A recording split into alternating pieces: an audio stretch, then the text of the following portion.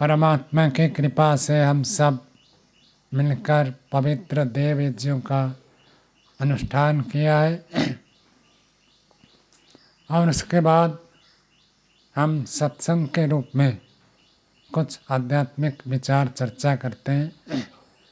तो आज जैसे श्रीमान बलेश्वर मुनि जी का प्रश्न आया है कि परमात्मा सर्वत्र व्यापक है, सबके अंदर है। जब सबके अंदर हो गया तो परमात्मा का ही सत्ता है, फिर दूसरे की सत्ता अलग से कैसे माने। इसको समझने के लिए हम व्याप्य व्यापक संबंध को समझते हैं। तो एक चीज़ होता है व्याप्य और दूसरा होता है व्यापक। व्याप्य का अर्थ होता है जिसके अंदर दूसरे चीज़ आकर विस्तार से रहते हैं, उसको कहते हैं व्याप्य। और जो चीज़ उसके अंदर घुस जाए उसको कहते हैं व्यापक। मोटे उदाहरण देते हैं, जैसे ईंट है, ईंट के अंदर आपने पानी डाल दिया, 1 गिलास पानी डालेंगे तो पूरा 1 गिलास पानी उसमें सोख लेगा। तो आप ये नहीं कह सकते कि पानी की सत्ता अलग से नहीं है। ईंट की भी सत्ता है, पानी की भी सत्ता है। अब पानी ईंट के अंदर प्रविष्ट हो गया, अब मानो ईंट को पानी में डुबो दे तो उसके अंदर भी पानी, बाहर भी पानी, सब जगह पानी पानी है। ईश्वर को समझाने के लिए यही उदाहरण देते हैं कि जैसे रसगुल्ला को चाशनी के अंदर डुबो देते हैं तो बाहर भी पूरा चाशनी ही चाशनी है और रसगुल्ले के अंदर भी घुसा हुआ, इसलिए रसगुल्ला खाने में बहुत अच्छा लगता है, क्योंकि अंदर बाहर सर्वत्र मधुर रस परिपूर्ण होता है। तो जो दूसरे के अंदर प्रविष्ट हो जाए उसको कहते हैं व्यापक, और जिसके अंदर प्रविष्ट होता है उसको कहते हैं व्याप्य। तो सामान्य नियम है, स्थूल पदार्थ के अंदर सूक्ष्म पदार्थ प्रविष्ट होता है। ईंट स्थूल है तो उसके अंदर पानी डालेंगे तो पानी प्रविष्ट हो जाता है। और पानी स्थूल है, पानी की अपेक्षा अग्नि सूक्ष्म है। तो जैसे पानी को आप गर्म करते हैं तो पानी के अंदर अग्नि के कण घुस जाते हैं। क्यों? क्योंकि अग्नि के कण पानी के कण के अपेक्षा सूक्ष्म है, तो इसलिए घुस जाते हैं। पतीला के अंदर पानी है और पतीले के नीचे अग्नि है, फिर भी वो पार करके अंदर घुसता है। ये सब न्याय दर्शन में बताया कि कैसे अग्नि प्रकट हो जाता है। अग्नि को बताया कि 4 उसके स्वरूप है। एक तो जैसे ये भौतिक अग्नि को हम देखते हैं, यज्ञ कुंड में अग्नि अभी प्रज्वलित है, तो इसमें आपको रूप भी है और स्पर्श भी है। रूप आपको दिखता है और स्पर्श अनुभव होता है, गर्म लगता है। लेकिन कहीं पर अग्नि का केवल रूप है, स्पर्श नहीं है। जैसे आप देखेंगे जुगनू को देखेंगे तो वहाँ प्रकाश तो आपको दिखेगा लेकिन छूने से गर्म नहीं लगेगा। तो रूप गुण वहाँ प्रकट है, स्पर्श गुण नहीं है। और कहीं पर स्पर्श गुण है लेकिन रूप गुण नहीं है। जैसे गर्म पानी थर्मस में रखा है, अब हाथ में डालेंगे तो आपको गर्म तो लगेगा, लेकिन अग्नि का प्रकाश वहाँ नहीं है। पानी में कोई अंधकार को दूर करने का क्षमता नहीं। गर्म पानी भले हो तो उसमें प्रकाश नहीं है। तो रूप गुण नहीं है लेकिन स्पर्श गुण है। और कुछ जगह ऐसे है जहाँ रूप भी नहीं है, स्पर्श भी नहीं है, लेकिन अग्नि है। लौकिक उदाहरण दे देता हूँ, शास्त्रीय उदाहरण तो अलग होगा। एक्सरे देखते हैं, आप खड़े होते हैं एक्सरे मशीन के सामने, एक्सरे आकर पार करता है, ना रश्मि आपको दिखती है ना छूने से आपको गर्म लगता है। और वैदिक सिद्धांत में जितनी भी रश्मियाँ हैं, किरणें हैं, उन सबके सब अग्नि के ही स्वरूप है। विद्युत तो बहुत विस्तार से स्पष्ट रूप से अग्नि का रूप है, और जितने सूक्ष्म रश्मियाँ हैं वो सब अग्नि के ही रूप है। तो व्याप्य व्यापक संबंध यही अनुभव करना है। ईश्वर के अंदर हम सब डूबे हुए हैं और ईश्वर हमारे अंदर प्रविष्ट है। उपासना में, संध्या में जब भी बैठते हैं तो हम प्राय करके 3 बातें बताते हैं। उपासना शुरू करने से पहले, संध्या शुरू करने से पहले 3 काम करके जाना है। आसन प्राणायाम ये सब तो है, आसन प्राणायाम प्रत्याहार करते हैं। उसके बाद जब धारणा लगती है, धारणा के बाद हम कहते हैं कि पहली बात है कि अपने आप को आत्मा के रूप में चिंतन करो। शरीर से अलग, इंद्रियों से अलग, मन से अलग, बुद्धि से अलग, मैं एक आत्म तत्व हूँ। इसको अनुभूति करके उपासना प्रारंभ करनी है। दूसरी बात है कि ईश्वर की मैं स्तुति प्रार्थना उपासना कर रहा हूँ। ईश्वर मुझे देख रहा है, सुन रहा है, जान रहा है। जैसे आप लोग मुझे देख रहे हैं, मैं आपको देख रहा हूँ। मैं आंख बंद कर दूं तो भी मुझे लगेगा मेरे सामने 15-20 आदमी बैठे हैं जो कि मुझे देख रहे हैं। ऐसी अनुभूति होती है। तो ऐसे ईश्वर भी हमको देख रहे हैं, सुन रहे हैं, जान रहे हैं, ऐसी अनुभूति करनी है। और तीसरी बात ये बताते हैं कि ईश्वर के अंदर मैं डूबा हुआ हूँ। मेरे अंदर भी ईश्वर है, बाहर भी ईश्वर है। ये हम नहीं कहते, मुंडक उपनिषद में श्लोक में ऋषि ने बताया, ब्रह्मैव इदम् अमृतम पुरस्तात् ब्रह्म पश्चात ब्रह्म दक्षिणतश्च उत्तरेण अधश्च ऊर्ध्वं में प्रसृतम विश्वमिदं वरिष्ठम। कहते पुरस्तात् ब्रह्म, मेरे सामने भी ब्रह्म है, मेरे पीछे भी ब्रह्म है, मेरे दाहिने तरफ भी ब्रह्म है, बाएं तरफ भी ब्रह्म है, नीचे भी ब्रह्म है, ऊपर भी ब्रह्म है, अंदर बाहर सर्वत्र परिपूर्ण ब्रह्म है। सारा जगत के ब्रह्ममय ब्रह्म। जैसे रसगुल्ला आप देखेंगे सब जगह से वो चाशनी के अंदर प्रविष्ट है, चाशनी उसके अंदर प्रविष्ट है। कहीं से भी आप लें वो मधुर मधुर लगता है क्योंकि चाशनी में डूबा हुआ है। ठीक ऐसे परमात्मा सब संसार में ऐसे व्यापक है, कण कण में व्यापक है। तो प्रश्न उठा है कि प्रकृति, न्याय दर्शन में प्रश्न उठा है कि जो अणु होता है, परमाणु होता है, परमाणु का अर्थ होता है जो सबसे छोटा। योग दर्शन की भाषा में कहते हैं सत्वर स्तंभ। क्या इसके अंदर भी आकाश घुसा हुआ है? यदि आकाश उसके अंदर घुसा हुआ है तब तो परमाणु नहीं रहेगा, क्योंकि उसके अंदर टुकड़े होगा तब तो घुसेगा, नहीं तो घुसेगा कैसे?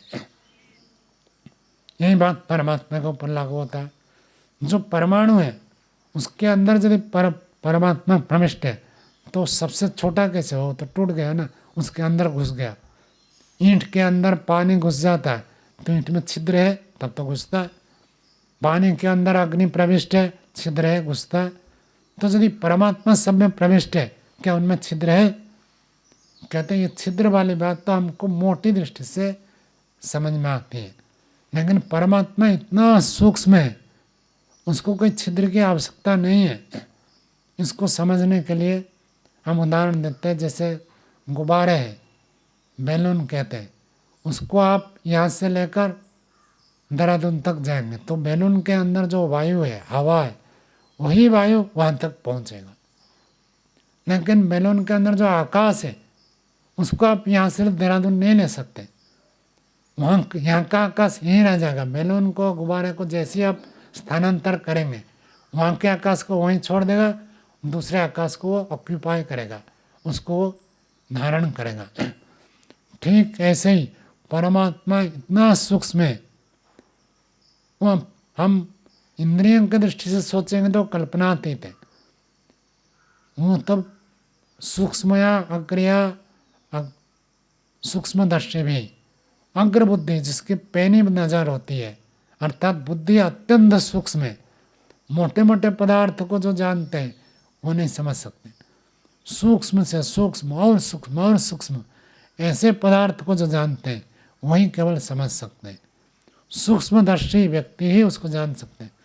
सूक्ष्मदर्शी यंत्र नहीं, सूक्ष्मदर्शी बुद्धिमान व्यक्ति उसको समझ सकता है। स्वामी जी, मेरा प्रश्न ये था कि वो 3 बताता हूँ, उसको ही बताता हूँ। थोड़ी अभी भूमिका बन रही है ना, तो ये तो आपने पढ़ा दिया हमें योग दर्शन में। तो ये परमात्मा इतना व्यापक है, इतना सूक्ष्म है, तो सब जगह परिपूर्ण है। कोई एक कण में, ऐसा नहीं है जो परमात्मा से रहित है। एक एक परमाणु, एक एक कण, एक एक आत्मा, सबके अंदर परमात्मा ओतप्रोत है। कोई एक चीज आपको ऐसे नहीं मिलेगी, कोई एक कण नहीं मिलेगा। सुई का नोक तो बहुत मोटी बात है, उससे सूक्ष्म जैसे परमाणु के माप देखते हैं तो 10,000,000,000,000 कितने लाख भाग से 1 मीटर को लाख भाग करेंगे तो भी उससे छोटा होता है परमाणु का जो डायमीटर होता है। तो परमात्मा उसके अंदर भी है, ब्रह्म उसके अंदर भी है। तब प्रश्न उठता है यदि सब जगह परमात्मा हो गया तो प्रकृति और जीवात्मा का अस्तित्व कहाँ रहा। जैसे रसगुल्ले को चाशनी में डुबाया, चाशनी का अलग अस्तित्व है, और रसगुल्ला जो पनीर मलाई से क्या कहते हैं उसको, छेना से बना है, उस छेना का अलग अस्तित्व है, भले वो चाशनी के अंदर डूबा हुआ है, उसका अलग अस्तित्व है। ठीक वैसे ही सत्व रस तम के अंदर भी परमात्मा है, लेकिन परमात्मा उसके अंदर है तो परमात्मा से अतिरिक्त सत्व रस तम है नहीं। ये व्यापक की दृष्टि से, व्यापकता की दृष्टि से हम कह सकते हैं कि परमात्मा से सत्व रस तम रहित नहीं है। अर्थात परमात्मा को छोड़कर, परमात्मा के अस्तित्व को हटाकर इसका अस्तित्व है, ऐसे नहीं हो सकता। जहाँ भी इनका अस्तित्व रहेगा वहाँ परमात्मा भी जरूर रहेगा। ऐसे जहाँ भी जीवात्मा की सत्ता है वहाँ परमात्मा की सत्ता भी है। आत्मा के अंदर भी परमात्मा प्रविष्ट है, क्योंकि परमात्मा सबसे सूक्ष्म है। पुरुष सबसे सूक्ष्म है, और पुरुष में भी परमात्मा परम सूक्ष्म है। पुरुष को सूक्ष्म का, जीवात्मा को सूक्ष्म का, और परमात्मा को परम सूक्ष्म का। वो इतना सूक्ष्म है, उसके अंदर प्रविष्ट है। जैसे ईंटों को आपने पानी में डुबा दिया, अथवा रुई का ले लीजिए, रुई के गोला को आपने पानी में डाल दिया, पानी रुई के गोले के अंदर पूरा ओतप्रोत है, लेकिन आप ये नहीं कह सकते कि रुई का अस्तित्व ही नहीं है। पानी उसके अंदर ओतप्रोत होने पर भी रुई का अलग अस्तित्व है, पानी का अलग अस्तित्व है। ऐसे ही परमात्मा के द्वारा सब जगत अच्छा देते, ईशावास्यमिदं सर्वम, ईश्वर के द्वारा सब कुछ अच्छा देते। तीनों बातें उसमें बता दी। ईश्वर परमात्मा के द्वारा सब कुछ अच्छा देते। ये सब कुछ क्या है? प्रकृति से उत्पन्न जगत ही तो है।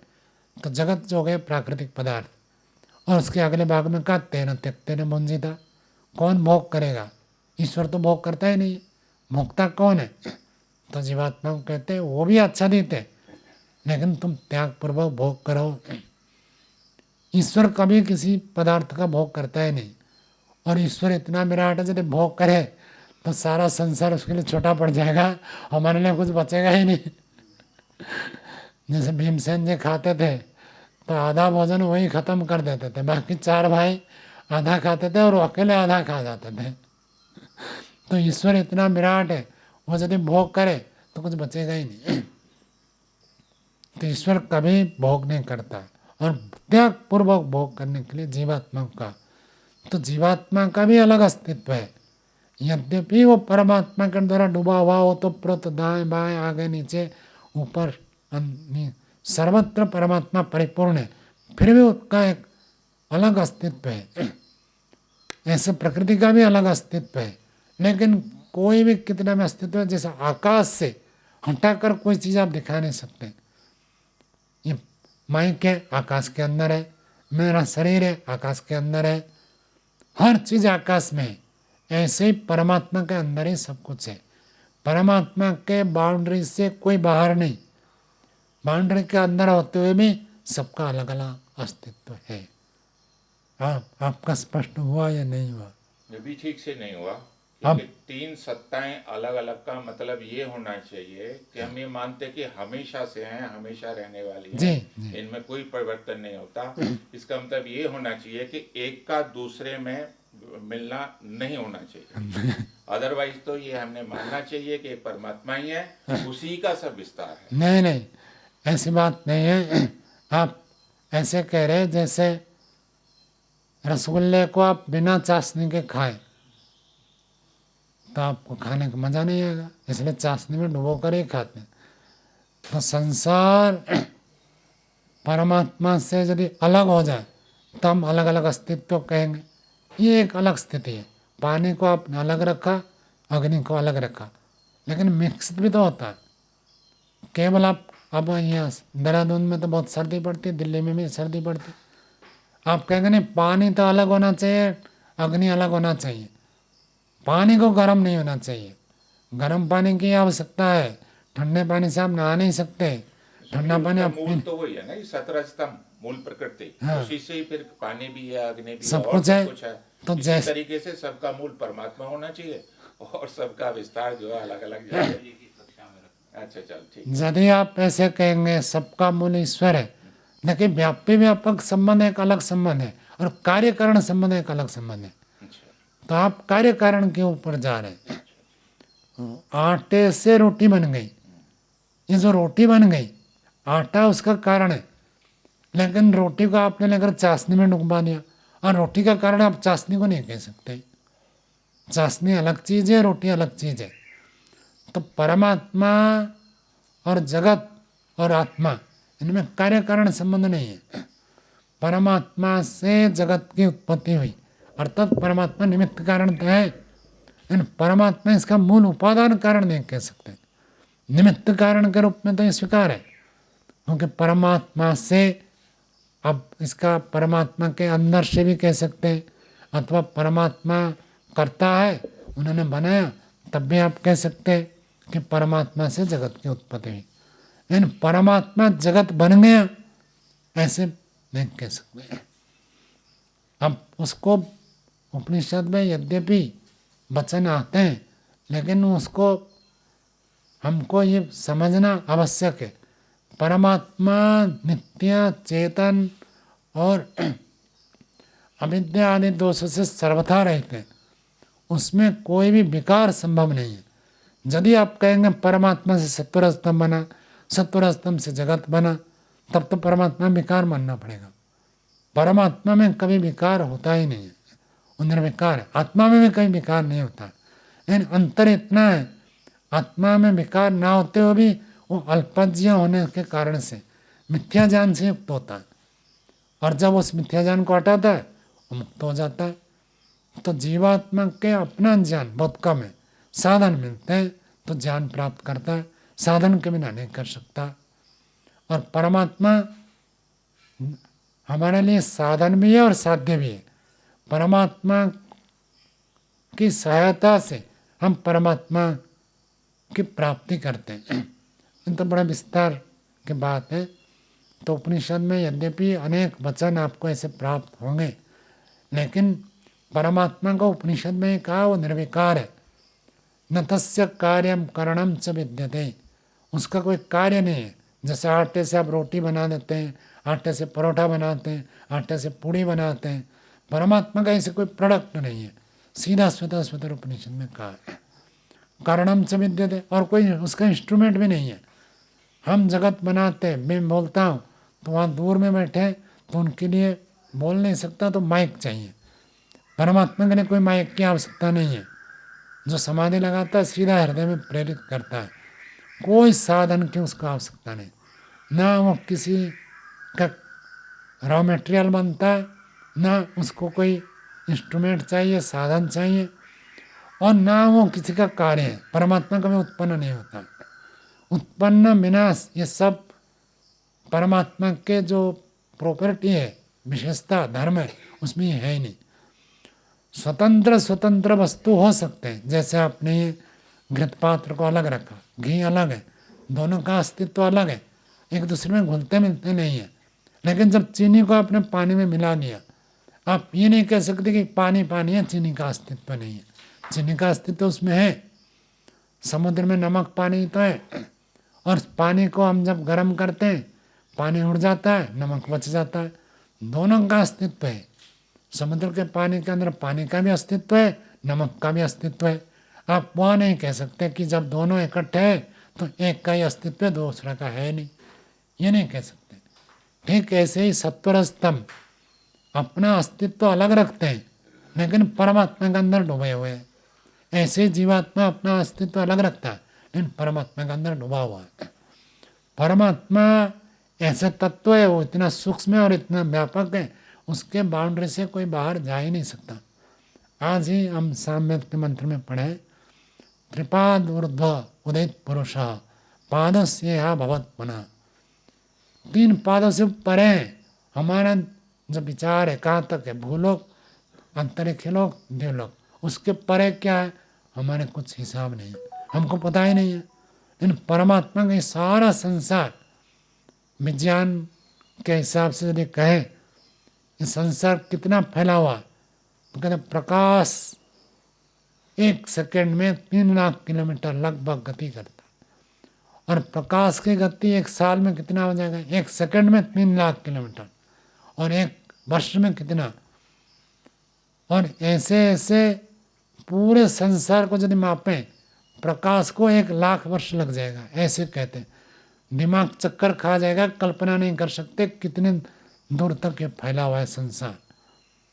संसार का ही अंत हमको पता नहीं चलेगा, कल्पना भी नहीं कर सकते, कल्पना के परे चीज है ये। कोई माप कर कह दे कि इतना संसार फैला हुआ, संभव ही नहीं है।